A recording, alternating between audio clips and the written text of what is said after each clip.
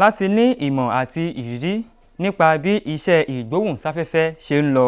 Àwọn akẹ́kọ̀ọ́ St. Anthony Nursery and Primary School Ìgbẹ̀bà ní Ìjẹ̀bú-Òde ṣe àbẹ̀wò sí iléeṣẹ́ NTA Ìjẹ̀bú-Òde lópòpónà GRA. Akọ̀ròyìn wa Anthony Gandonu ló jábọ̀ ròyìn yìí. Ẹ gbọ́ ẹ̀kúnrẹ́rẹ́ ìròyìn yìí síwájú sí i. Wọ̀nyí ni àwọn ọmọ akẹ́kọ̀ọ́ láti ilé ẹ̀kọ́ St. Anthony Nursery and Primary School ní òpópónà Ìgbẹ̀bà ní ìlú Ìjẹ̀bú-Òde tí wọ́n ń sọ ìrírí wọn níbi àbẹ̀wò sí iléeṣẹ́ amóhùnmáwòrán ìjọba àpapọ̀ NTA Ìjẹ̀bú-Òde. Nígbà tí wọ́n dé sí iléeṣẹ́ náà, àwọn òṣìṣẹ́ ìṣàkóso láti iléeṣẹ́ náà ṣàlàyé fún àwọn akẹ́kọ̀ọ́ àwọn ẹ̀ka pẹ̀lú iṣẹ́ ẹ̀ka kọ̀ọ̀kan tí iléeṣẹ́ NTA ní káàkiri orílẹ̀-èdè.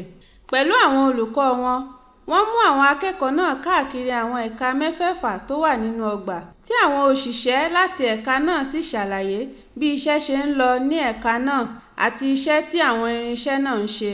Láti tún ní ìmọ̀ kíkún sí i, wọ́n mú àwọn akẹ́kọ̀ọ́ náà lọ sí ibi tí òpó tó ń gbé ẹ̀rọ ìgbóhùnsáfẹ́fẹ́ náà tí yóò fi di gbígbọ́ àti wíwò nílé. Nígbà tí wọ́n ń fi ìdùnnú wọn hàn, ọ̀kan lára olùkọ́ ilé ẹ̀kọ́ náà, arábìnrin Ọmọyẹni Ògúnbàjò, sọ nínú ọ̀rọ̀ rẹ̀ pé àǹfààní ńlá gbáà ni àbẹ̀wò ìrìnàjò ìkẹ́kọ̀ọ́ náà jẹ́ fún àwọn akẹ́kọ̀ọ́ náà.